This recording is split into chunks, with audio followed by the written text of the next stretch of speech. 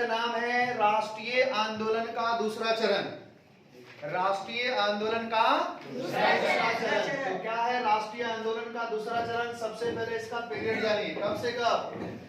ये स्टार्ट होगा 1905 से, और 1905 से लेकर ये चलेगा 1919 तक, जिसको हम लोग नाम क्या देंगे? राष्ट्रीय आंदोलन का दूसरा चरण। फिर से बोलिए, कौन सा? राष्ट्रीय आंदोलन का दूसरा चरण। तो अब इस राष्ट्रीय आंदोलन का जब दूसरा चरण में आप पढ़ेंगे तो इसमें सबसे पहला एक टॉपिक आएगा जिसका नाम है बंगाल विभाजन। बंगाल विभाजन। अब बंगाल विभाजन को समझिए। बंगाल विभाजन को हम लोग और भी नाम से जानते हैं। इस बंगाल विभाजन को हम लोग बंग भंग आंदोलन, हाँ विरोधी आंदोलन, बंग भंग विरोधी आंदोलन, इसी को हम लोग स्वदेशी आंदोलन भी कहते हैं। ठीक है जी, क्या नाम दिया? स्वदेशी आंदोलन। बोलने में कंजूसी नहीं करना है, ठीक है? क्या बोले? स्वदेशी आंदोलन। क्या क्या है? बंगाल विभाजन, बंग भंग विरोधी आंदोलन, स्वदेशी आंदोलन। ये जो हमारा आंदोलन है ये है कहानी 1905 का। कब का? 1905 का। इस कहानी को समझिए सब लोग। क्या है ये कहानी? ये कहानी है बंगाल में ओछी राजनीतिक से संबंधित। ओछी मतलब समझते हो? छोटी, गंदी राजनीति। ओछी होती है, गंदी होती है, ये राजनीतिक से हम लोग ग्रसित हैं। यहाँ पर इसी की बात करने जा रहे हैं। ध्यान दीजिए, ये बंगाल का क्षेत्र है। इस बंगाल के क्षेत्र में कहानी है 1905 का। बंगाल में जब 1905 के कहानी को आप देखेंगे तो ये बंगाल काफी बड़ा होता था। इसमें बिहार भी है, इसमें उड़ीसा भी है, इसमें अभी का वेस्ट बंगाल भी है, इसमें बांग्लादेश भी इंक्लूडिंग है। ये सारा एरिया बंगाल के अंडर में आता है। ये कहानी हो रही है कब का? 20वीं शताब्दी के प्रारंभ में। 20वीं शताब्दी के प्रारंभ की कहानी है। इस 20वीं शताब्दी के प्रारंभ में 1905 के समय हमारे भारत में एक वायसराय है। ध्यान रखिएगा, वायसराय एक पोस्ट है, एक पद है जो अंग्रेज लोग धारण करता था। और इस वायसराय के पद पर एक व्यक्ति है जिसका नाम है लॉर्ड कर्जन। लॉर्ड कर्जन जो शासन करेगा 1899 से लेकर 1905 तक। ये बंगाल का कह रहा है, भारत का वायसराय है। कौन सा व्यक्ति? Lord Curzon. इस लॉर्ड कर्जन नामक व्यक्ति ने बंगाल को बांटने का प्लान बनाया।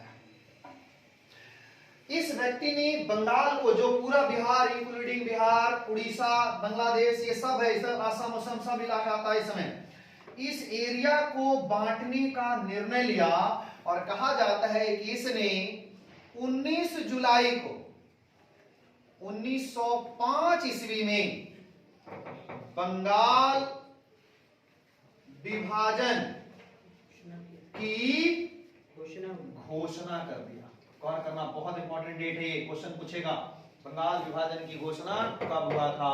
तो बोलो, बंगाल विभाजन का घोषणा कब हुआ था? घोषणा की बात कर रहे हैं, बंगाल विभाजन ने। बंगाल विभाजन की घोषणा 19 जुलाई 1905 ईस्वी को इस लॉर्ड कर्जन ने जब किया तो बंगाल की जनता सवाल पूछने लगी कि हमारे सोने जैसे बंगाल को क्यों बांट रहे हो? कोई भी सवाल उठाएगा, जब तेरे घर को कोई बांटेगा तो सवाल बिना उठे होगा? नहीं होगा। बिना सवाल उठे कभी भी कोई भी व्यक्ति नहीं कर सकता है, मतलब कहीं ना कहीं सवाल पक्का उठेगा। ऐसे में ये व्यक्ति ने क्या किया? बंगाल विभाजन का जब घोषणा किया तो बंगाल के लोगों ने इसका विरोध कर दिया। बंगाल के लोगों ने विरोध किया तो ये जवाब भी दिया, ऐसा नहीं कि जवाब नहीं दिया कि क्यों कर रहे हैं विरोध, बंगाल हम क्यों विभाजन कर रहे हैं, ये घोषणा करता है और बताता है। इसका कहना है कि हम बंगाल को प्रशासनिक दृष्टिकोण से बांट रहे हैं, मतलब हमारे इस बंगाल वाले एरिया में हिंदू और मुस्लिम ये दोनों की अधिक आबादी है और हिंदू मुस्लिम इकट्ठा हो करके अंग्रेजों का विरोध कर दे रहा है। अंग्रेज इसको संभाल नहीं पा रहा है। अंग्रेज का कहना है कि हम इतना बड़ा एरिया को संभाल नहीं पा रहे हैं, इसलिए हम इसको दो भागों में बांट रहे हैं, लेकिन मनसा कुछ और है। मनसा है, इन लोगों का नियत है, एक नीति अपनाया है इन लोगों ने, और वो है divide and rule. Divide and rule मतलब बांटो और शासन करो। बांटो और शासन करो नीति के तहत लॉर्ड कर्जन ने बंगाल को दो भागों में बांटने का घोषणा किया, लेकिन देश को बताया कि छोटा छोटा एरिया हो जाएगा तो हम बढ़िया से शासन प्रशासन चला पाएंगे। क्योंकि आबादी काफी बड़ा है, ऐसे में इसको बांटने की जरूरत है, लेकिन नियत उसका है कि डिवाइड कर दो हिंदू मुस्लिम को। हिंदू मुस्लिम एक होकर के हम लोगों का विरोध करता है, इसको अकेले अकेले कर देंगे तो ये थोड़ा संभालने में आसान हो जाएगा हिंदू मुस्लिम। इसलिए अंग्रेजों ने डिवाइड एंड रूल का नीति अपनाया। फिलहाल से एक व्यक्ति खड़ा हुए जिनका नाम है आर.एन. टैगोर। आर.एन. टैगोर कौन है? आर.एन. टैगोर रविंद्रनाथ टैगोर। रविंद्रनाथ टैगोर जी ने बंगाल विभाजन का विरोध किया। कहां से? बंगाल से। बंगाल से जब इन्होंने बंगाल विभाजन का विरोध किया तो किसी ने इनका, और वहां के लोगों ने भी, कुछ लोगों ने साथ नहीं दिया। बंगाल के लोगों ने भी इनका साथ नहीं दिया, ठीक है। और तब रविंद्रनाथ टैगोर जी ने अकेले आंदोलन में उतर गए, और जब अकेले उतरे तो इन्होंने गीत लिखा, और वो गीत क्या कहलाया? एकला चलो रे, एकला चलो रे। बंगाली है ना, बंगाली भाषा में थोड़ा सा ऐसी लैंग्वेज आता है, एकला चलो रे।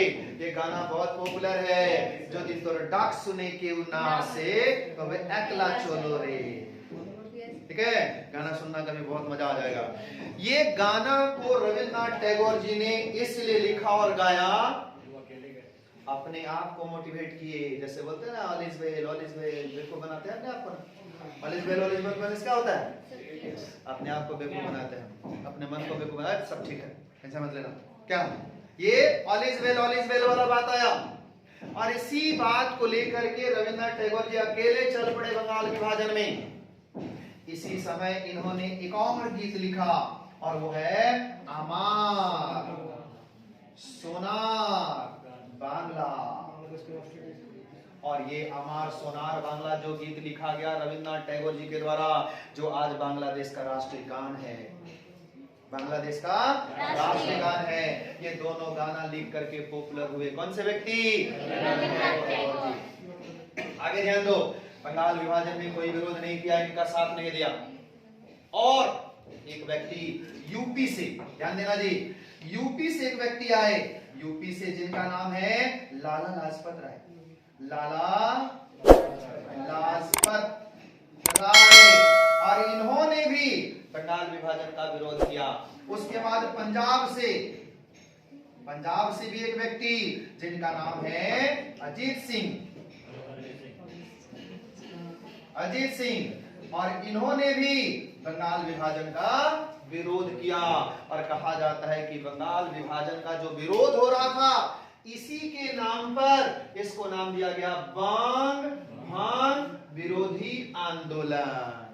मतलब जो घोषणा किया था उसके विरोध में जो आंदोलन चल रही थी, उसका नाम दिया गया बंग भंग विरोधी आंदोलन। मतलब को समझो, बंग मतलब बंगाल, अब भंग मतलब टुकड़ा करना, ठीक है। उसके विरोध में, बंगाल को भंग करने के विरोध में आंदोलन जो चलाएंगे उसको नाम दिया बंग भंग विरोधी आंदोलन।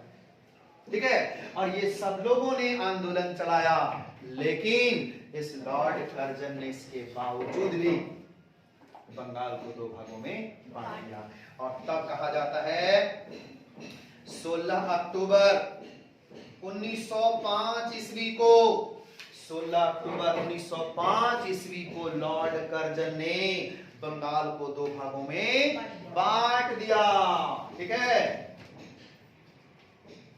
बंगाल को बांट दिया। ठीक है, ठीक है। तो यहाँ पे 1905 में 16 अक्टूबर को बंगाल विभाजन की घोषणा कर दी गई। बंगाल विभाजन हो गया, बांट दिया गया। किसके द्वारा? लॉर्ड कर्जन के द्वारा। कौन सी नीति के तहत? डिवाइड एंड रूल नीति, बांटो और शासन करो नीति के तहत बंगाल को दो भागों में बांट दिया। और बंगाल कौन कौन सा एरिया में बट गया? एक कहलाया पूर्वी बंगाल और एक कहलाया पश्चिम बंगाल। बहुत सारे लोगों ने सवाल पूछा कि सर ये बंगाल हमारे भारत के पूरब में है, फिर भी इसका नाम पश्चिम बंगाल। भारत के अगर आप मैप में देखेंगे तो भारत के मैप में बंगाल किधर है? पूरब में। ओरिजिनल मैप आप देख सकते हैं क्या? उस मैप में बंगाल भारत का किस एरिया में है? पूरब में। तो इसको पूरब बंगाल कहना चाहिए, जबकि नाम क्या है?